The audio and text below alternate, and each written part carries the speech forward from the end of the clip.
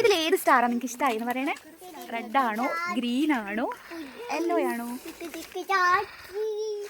ഈ A4 ഷീറ്റിൻ്റെ ഈ പേപ്പറില്ലേ, ഇത് ഇങ്ങനെ നീളത്തിൽ തന്നെ ഇങ്ങനെ മടക്കണം. ഒരു സൈഡ് അങ്ങോട്ടും മറ്റേ സൈഡ് അതിൻ്റെ മേളിലായിട്ട് ഇങ്ങോട്ടും മടക്കി എൻ്റെ ഒരു സൈഡിൽ ഇങ്ങനെ പശ തേക്കണം. എന്നിട്ട് ഇതാ ഇങ്ങനെ ഒട്ടിക്കണം. A4 ഷീറ്റിൽ ഒരു പാറ്റേൺ വെട്ടിയെടുത്തു. ഇത് ഈ ഒട്ടിച്ചതിൽ ഈ പാറ്റേൺ വെച്ചിട്ട് ഇതുപോലെ കട്ട് ചെയ്ത് എടുക്കണം. ഇതോ നമുക്ക് നക്ഷത്രം ഉണ്ടാക്കാൻ പറ്റൂ? സത്യമായിട്ടും.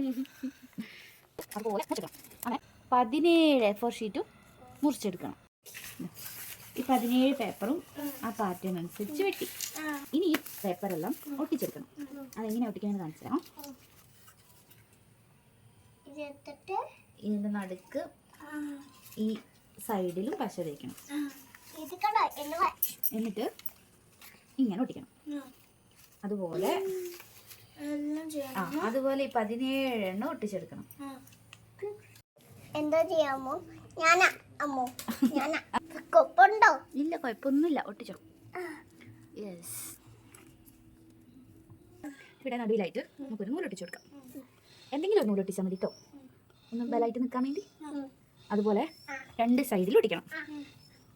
ഇപ്പുറത്തെ സൈഡിലും നടുക്ക് അപ്പുറത്ത് ഒട്ടിച്ചതുപോലെ തന്നെ ഇപ്പുറത്ത് ഒട്ടിക്കണം.